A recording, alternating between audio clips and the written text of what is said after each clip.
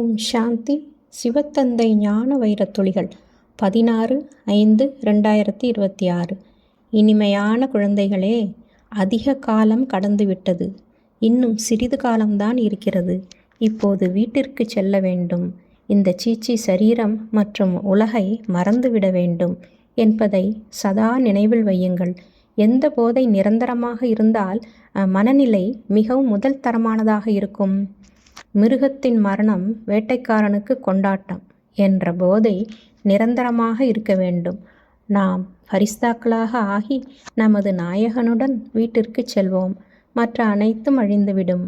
இப்போது நாம் இந்த பழைய ஆடையை விடுத்து புதியதை எடுத்துக்கொள்வோம். இந்த ஞானம் நாள் முழுவதும் புக்தியில் சுற்றி கொண்டே இருந்தால் அளவற்ற குஷி இருக்கும். மனநிலை முதல் தரமானதாக ஆகிவிடும். ஆத்மாக்களாகிய நமக்கு மீண்டும் நமது ராஜ்ய பாக்கியத்தை பாபா வந்து கொடுக்கின்றார். ஆத்ம அபிமானியாக ஆக வேண்டும். நான் ஆத்மா. இந்த சரீரம் பழையது. இதை விட்டுவிட்டு புதிய முதல் தரமான சரீரம் எடுக்க வேண்டும். இந்த தேகம் மற்றும் தேகத்தின் அனைத்து சம்பந்தங்களையும் விடுத்து வீட்டிற்கு செல்ல வேண்டும். உள்ளுக்குள் குஷி ஏற்படுகிறது. நாம் எதிர்காலத்திற்காக ராஜயோகம் கற்றுக்கொண்டிருக்கிறோம். அதிக காலம் சென்றுவிட்டது. இப்போது குறுகிய காலம்தான் இருக்கிறது.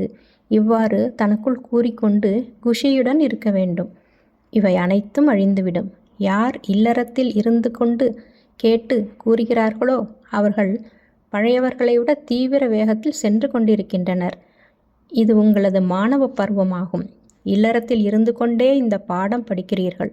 உண்மையில் தன் மீது தானே கருணை அல்லது இரக்கம் காட்ட வேண்டும். நாம் யோக பலத்தின் மூலம் தந்தையின் ஸ்ரீமத் படி நமது ராஜ்யத்தை ஸ்தாபனை செய்து கொண்டிருக்கிறோம்.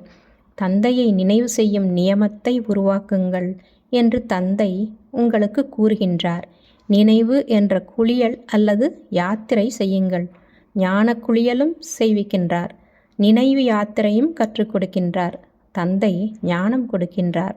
அதில் யோகாவிற்கான ஞானமும் இருக்கிறது, சிருஷ்டி சக்கரத்தின் ஞானமும் இருக்கிறது. இந்த கண்களின் மூலம் எதையெல்லாம் பார்க்கிறீர்களோ அவை சத்தியுகத்தில் இருக்காது. உங்களுக்கு ஞானம் என்ற மூன்றாவது கண் இப்போது கிடைக்கிறது. இப்போது நீங்கள் திரிநேத்திரிகளாக ஆகிறீர்கள். பாபா வந்து உங்களுக்கு ஞானம் கொடுக்கின்றார். அதை ஆத்மா தாரணை செய்கிறது. ஆத்மாவிற்கு மூன்றாவது கண் கிடைக்கிறது. நான் ஆத்மா, இந்த சரீரத்தின் மூலம் செய்கிறேன் என்ற ஞானம் யாரிடத்திலும் கிடையாது. பாபா நமக்கு கற்பிக்கின்றார். இதை புத்தியில் வைத்து கொள்ள வேண்டும். இதில்தான் முயற்சி இருக்கிறது. குழந்தைகள் முயற்சி செய்ய வேண்டும் மற்றும் குஷியுடன் இருக்க வேண்டும். நமது ராஜ்யம் இப்போது வந்தே விட்டது. நமது ராஜ்யத்தில் என்ன இருக்கும் என்பதை நீங்கள் அறிவீர்கள். நாம் இந்த கல்வியின் மூலம் ராஜ்யத்தை அடைகின்றோம். நல்லது. பரமசிவன் நினைவிலிருந்து ஆத்ம கேட்டது மாயா சௌக்கியமா. சிவனின் நினைவில் இருந்து கொண்டால் எல்லா சௌக்கியமே மாயா சொன்னது. இதில்